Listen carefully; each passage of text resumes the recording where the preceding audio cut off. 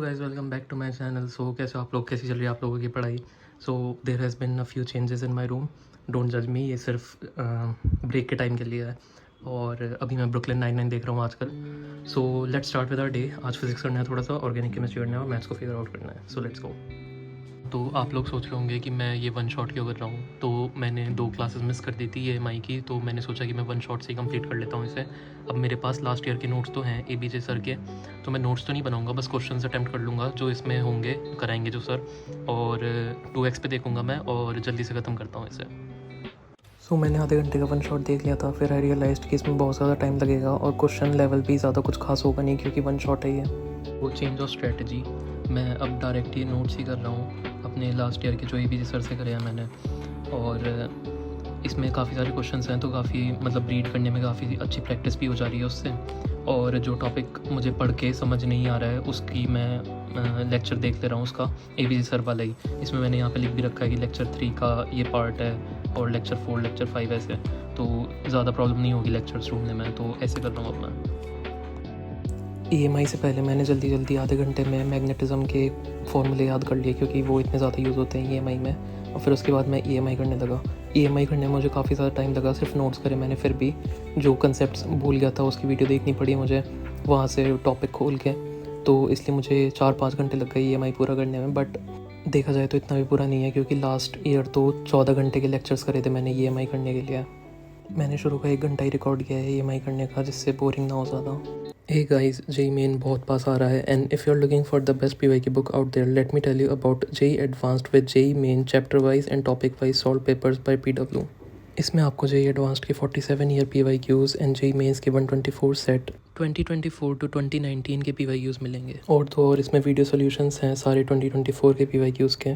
इसमें आपको क्वेश्चंस की डिफ़िकल्टी लेवल का भी पता लग जाएगा एडवांस्ड के। C is for correct, W wrong, UA is unattempted. तो अगर आप अपने क्वेश्चन सॉल्व कर रहे हो तो आपको तभी पता लग सकता है कि कितने लोगों ने सही करा है या छोड़ दिया है या किन का गलत हुआ। द आंसर की is verified bye official answer की, तो किसी भी मिस्टेक का तो कोई चांस ही नहीं है। सो बी अश्योर्ड अबाउट दैट। इसमें आपको JEE मेन का पेपर एनालिसिस भी मिलेगा, जिससे आपको पता रहेगा कि कौन से इंपॉर्टेंट चैप्टर्स हैं और कहाँ से पेपर मेजरली बनता है।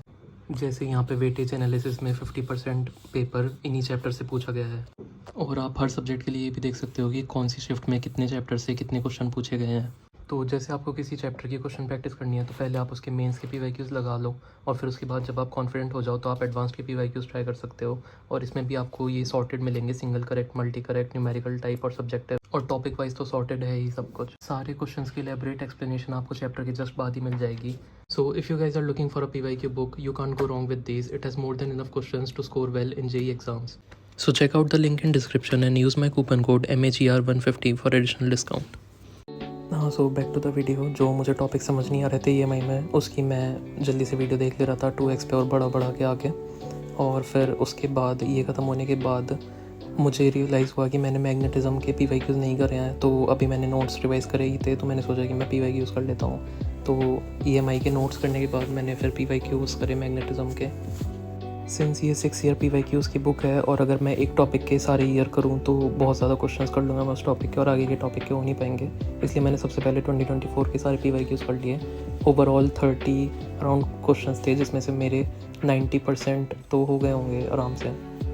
1-2 क्वेश्चंस में एट कम है और उनका मैंने सोल्यूशन देख लिया और उन्हें मार्क कर लिया। उन्हें अब दोबारा रिवाइज़ करूँगा और फिर जो बचे हुए PYQs है वो मैं दोबारा करूँगा कभी और, जब टाइम मिलेगा मुझे, मे बी कल या परसों।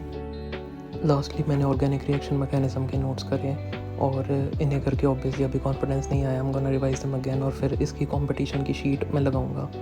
कंपटीशन की शीट इसलिए क्योंकि सर ने अलग तरीके से पढ़ाया और मैं कहीं से भी उठा के तो नहीं कर सकता कि अल्कोहल फिनॉल ईथर कर लूँ, क्योंकि सर ने रिएक्शन मैकेनिज्म के हिसाब से पढ़ाया है। EMI भी मुझे 1-2 बार दोबारा रिवाइज़ करना है, अभी उसमें कॉन्फिडेंस नहीं आया, सारे फॉर्मूले याद करने हैं। It's as if right now कि मैंने सिर्फ उसके लेक्चर ख़त्म कर लिया है। So that's it for today's video. Hope you guys liked it and see you in the next vlog. Bye bye.